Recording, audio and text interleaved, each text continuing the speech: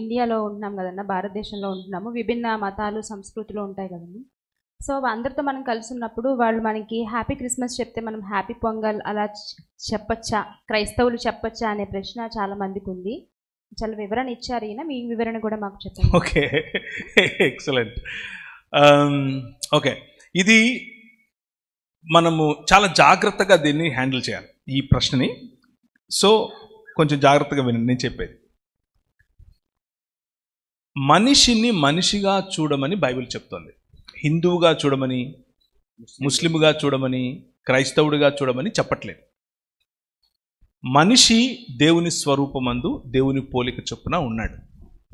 క్రైస్తవుని పోలిక చొప్పున, హిందూ పోలిక చొప్పున, ముస్లిం పోలిక చొప్పున లేడు. అందరికీ దేవుడు ప్రతి మనిషి ఎవరైనా సరే దేవుని స్వరూపము, దేవుని పోలిక. ఒకడు సంతోషపడుతూ ఉంటే ఆ సంతోషంలో వాడిని అభినందించడం, వాడితో పాటు సెలబ్రేట్ చేసుకోవటం తప్పేమీ కా, ఏ తప్పు లేదు. అయితే దాని వెనకున్నటువంటి మతపరమైనటువంటి ఆలోచనలతో ఏకీభవించకుండా చేయాలి.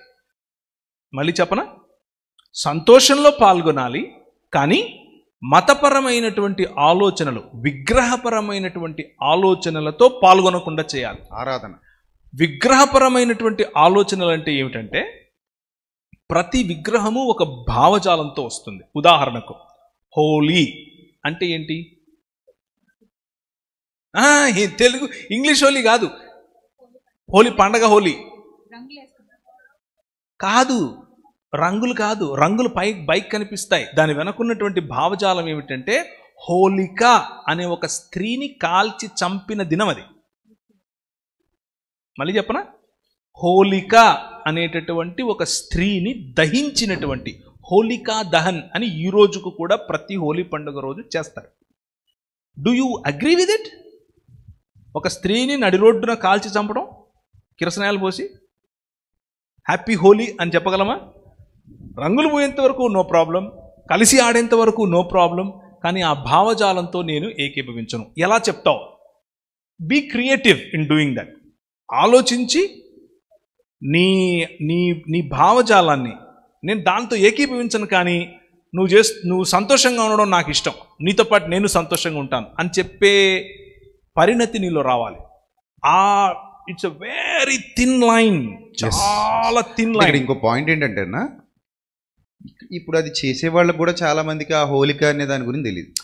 ప్రతి ఒక్కరు చేస్తారు. ఇప్పుడు చేసేవాళ్ళు, సెలబ్రేట్ చేసుకునే చాలా మందికి కూడా 99.999% పాత హిస్టరీ, ఓకే, అది ఎలా పుట్టింది, ఎందుకు సౌత్ ఇండియాలో తెలియదేమో, కానీ అని ఇక్కడ మహారాష్ట్ర మొదలుకొని కాశ్మీర్ వరకు హోలీ యాక్చువల్గా నా చిన్నప్పుడు సౌత్ ఇండియాలో ఎక్కడ ఎవరు చేసేవాళ్ళే కాదు. హైదరాబాద్లో మాత్రమే చేసేవాళ్ళు. ఇప్పుడు వస్తుంది. కానీ హోలీ రోజు ఏం చేస్తారంటే, హోలిక అనే ఒక మొద్దు పెట్టి దాని మీద కిరసనాయలు పోసి కాలుస్తారు. అంటే హోలికా దహన్ అంటారు. వద్దులండి, హోలిక పక్కన పెట్టేద్దాం. విజయదశమి ఏం పండగది చెప్పండి? సంక్రాంతి? అదే సార్. దసరా అంటే అర్థమేంటి సార్? దేవి నవరాత్రి. నీ కాలం. దసరా అంటే 10 తలకాయలోని చంపిన దినమయ్యా. దశహర. పండగలన్నీ చంపినందుకే చేస్తారు. మీకు అర్థమవుతుందా? సంక్రాంతి ఒక్కటే మన పండగ. ఎస్, మనకు కూడా ఉంది హార్వెస్ట్ ఫెస్టివల్. బైబిల్ గ్రంథం చెప్తోంది కోతకాలపు పండగ సంక్రాంతి. సంక్రాంతి అన్ని సంస్కృతుల్లో ఉంది. దీని వెనక ఏ విగ్రహము లేదు, ఏ దహనము లేదు, ఏ రావణాసుడు లేడు, ఏది లేదు. అర్థమవుతుందా? ఇది మనం తెలుసుకోవాలి, తెలుసుకొని చెప్పాలి. నాకు ఒక చిన్న వ్యాపారం ఉంది. అందులో ఒక 50 మంది నాకు ఎంప్లాయీస్ ఉన్నారు. నా ఎంప్లాయీస్లో ఓన్లీ క్రైస్తవులే ఉంటారా? నో, హిందువులు ఉన్నారు, బౌద్ధులు ఉన్నారు, ముస్లింలు ఉన్నారు, ఏ మతం చెందినోళ్ళు ఉన్నారు, మూగోళ్ళు, చెవిటోళ్ళు కూడా ఉన్నారు. అంటే వాళ్ళకు పెద్దగా రిలీజియన్ పట్ల ఇది ఉండదు. వాళ్ళ కమ్యూనిటీనే వేరు. నేను దీపావళి వస్తుంది. దీపావళి వస్తే ఒరే నాకేం సంబంధం అనను. I'm their leader. నేను నా దగ్గరికి వస్తారు, సార్ మా పండుగ సార్ అంటారు. నా వాట్సాప్లో హ్యాపీ దివాళీ అని పెడతారు, అందరు పెడతారు. పెట్టినప్పుడు అందరిది అయిపోయిన తర్వాత ఆఖరిలో నేను ఒక చిన్న రైటప్ రాస్తాను. ద లైట్, వెలుగు అంటే ఏమిటి నా పర్స్పెక్టివ్లో రాస్తాను. నా పర్స్పెక్టివ్లో రాసి ఇటువంటి వెలుగు, నేను ఆబ్వియస్గా వెలుగు అనగానే యేసుప్రభు గురించి రాస్తాను కదా, తెలియదు ఏముంది మీకు. ఆయన పేరు తీయకపోయినా ఆయన గురించే రాస్తాను. ఆయన గురించి రాసి దేవుడు అన్న పదం చాలా స్పష్టంగా వాడతాను. God is the true light. ఆయన నిజమైన వెలుగు. మీ జీవితాలలో అటువంటి వెలుగులు మరిన్ని రావాలని మీకు నేను మీ పండుగ శుభాకాంక్షలు తెలియజేస్తున్నానని చెప్తాను. ఆయనతో ఏకీభవించట్లేదు, కానీ సంతోషంలో కూడా ఉన్నాను. అర్థమవుతుందా? అంటే అన్న నా ఉద్దేశం ఏంటంటే, మనం భారతీయులం, ఫస్ట్ భారతదేశంలో బ్రతుకుతున్నాం.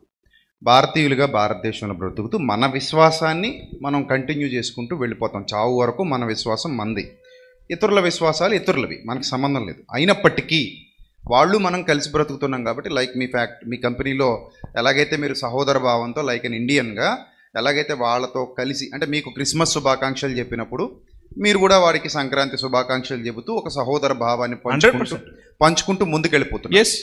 దీన్ని కూడా కొంతమంది భూతత్వంలో చూసి, అరెరే నీ క్రిస్మస్ శుభాకాంక్షలు చెప్తే నువ్వు స్వీకరించవచ్చు, కానీ వాళ్ళకు నువ్వు సంక్రాంతి శుభాకాంక్షలు చెప్పరాదు, చెబితే నువ్వు ఏకీభవించేసినట్టే, వాళ్ళ వర్షిప్ నువ్వు చేసేసినట్టే అన్నట్టు.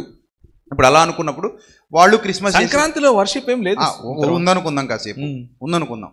ఇప్పుడు వాళ్ళు క్రిస్మస్ శుభాకాంక్షలు చెప్పినప్పుడు మరి వాళ్ళు క్రిస్మస్ చేసేసినట్టే, క్రీస్తుని వర్షిప్ చేసేసినట్టే అనడానికి లేదు కదా. నా పాయింట్ అది. మనం అంటే ఇతరుల్ని ఎందుకు బాధ పెట్టాలి? అంటే తప్పైతే ఖండిద్దాం, తప్పైతే వద్దని చెప్పేద్దాం. తప్పది, దానికి మనం వద్దు, దానికి మనం సపోర్ట్ చేయొద్దు, తప్పు చేస్తున్నారని చెప్పేది. ఉదాహరణకి కొన్ని చోట్ల జాతరల పేరుతో ఆడవాళ్లతో అర్ధనగ్న ప్రదర్శనలు, నృత్యాలు చేయిస్తుంటారు. బరాబర్ 100కి 100%, 200% ఖండిద్దాం. తప్పురాది అని చెప్తాం. అది తప్పది. ఇప్పుడు దేవత పేరిట జాతర చేస్తూ ఏంది ఈ చెత్త పనులు? ఇంట్లో ఆడవాళ్ళని అయితే చూపిస్తాం అలా అసభ్యంగా, ఇలాంటి చిల్లర పనులు చేయకండి అని చెప్పేస్తాం.